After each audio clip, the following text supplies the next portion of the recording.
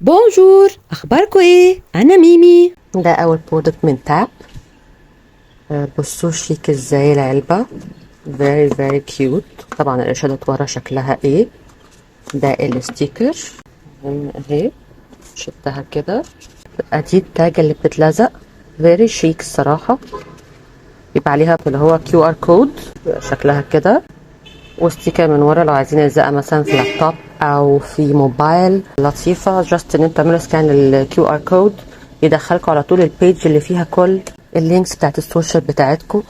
NFC ده التكنولوجي الجديدة، يعني ان انت تقرب موبايلك من اي ميدالية او من ستيكر زي دوت ويدخلك على السوشيال ميديا بتاعتك او الكارت الالكتروني بتاعك. لما كنت عامله ورك شوب في اخر خالص، الناس طلبت مني اللينكس بتاعت السوشيال بتاعتي، جاست ان انا اديتهم الكيو ار كود، الناس كلها عملت سكان ودخلوا بقى لو البيج بتاعت الفيسبوك، اليوتيوب، التيك توك، الانستجرام، كم الموبايل بالواتساب بتاعي. يعني كل حاجه شامله وكامله. ولو انا عندي ويب سايت كمان ممكن احطه كل اللينكس بتاعتك في مكان واحد، فاس بيرفكت بالنسبه لحد شغال على السوشيال ميديا زينا او ديجيتال كرييتور زينا. ده حاجه تحفه، مش محتاج بقى تتبع كروت زي زمان وكل ما حد يجي يسالك انا الكارت بتاعي اهو بالسوشيالز بتاعتي ويقعدوا يدوروا واخطاء املائيه. فاسهل ان جاست ان انت تعمل سكان او تبعت اللينك لحد بتاع البيج، تقوم مودي الكارت الالكتروني بتاعك وبعتتش لاي لينك تلاقي نفسك دخلت عليه. فيري ايزي. تعمل سبسكرايب او لايك او فولو. تاني منتج جايبه لكم تاب كي تشين. انا وريتكم قبل كده الستيكر بتاعه، بس ده شغال بالتكنولوجيا بتاعت ال NFC. ده عباره عن ايه؟ بصوا، تبقى سلسله كده مكتوب عليها تاب من ناحيه والناحيه التانيه عليها علامه ال NFC، وبتبقى بتتركب كده في اي كي تشين. لطيفه قوي بقى الحكايه دي. بقى ايه، انا اوريدي عملت كروت، بس كروت ديجيتال. اوكي، اول لما تعمل سكان بالان اف سي تفتحه على طول. طب تعالى اوريكم ازاي. انت دلوقتي موبايلك اهو كده، اوكي، شايفين اهي سيتنجز، وهنخش نكتب فوق ان اف سي وهنعمل سيرش اهو. بص طلعت لكم ازاي. هندوس على دي، هي كده هتبقى اوف، احنا هنعملها ايه؟ اون. كده احنا شغلناها. الكي تشين دلوقتي بتشتغل ازاي؟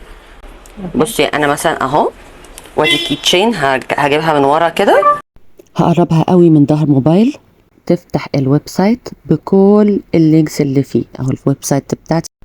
يلا بقى اوريكم على الموبايل هنفتحه ازاي. اول حاجه بندوس على الابلكيشن اللي اسمها تاب، وهنخش هتلاقوا فوق بالاسود اكتيفيت نيو برودكت. احنا جايبين كي تشين او سلسله المفاتيح، وجايبين الستيكر اهو. هتلاقوهم الاثنين فوق، تدوسوا عليهم وتدوسوا على اكتيفيت، وبتقربوا الكي تشين او الستيكر للموبايل وبيبقى اكتف على طول. سهله جدا. فبيربط كي تشين والستيكر بالابلكيشن. ازاي بقى نعمل ادنج للينكات كل السوشيال ميديا بتاعتنا؟ هندوس على اد نيو لينك اللي فوق، ودي كل السوشيال ميديا اللي موجوده. واتساب هتلاقي كل حاجه، امازون، تيك توك، تويتر، كل حاجه هتلاقيها. هتدوس على اللي انت عايز تضيفه، زي مثلا واتساب، وممكن تكتب رقمك وتعمل اد.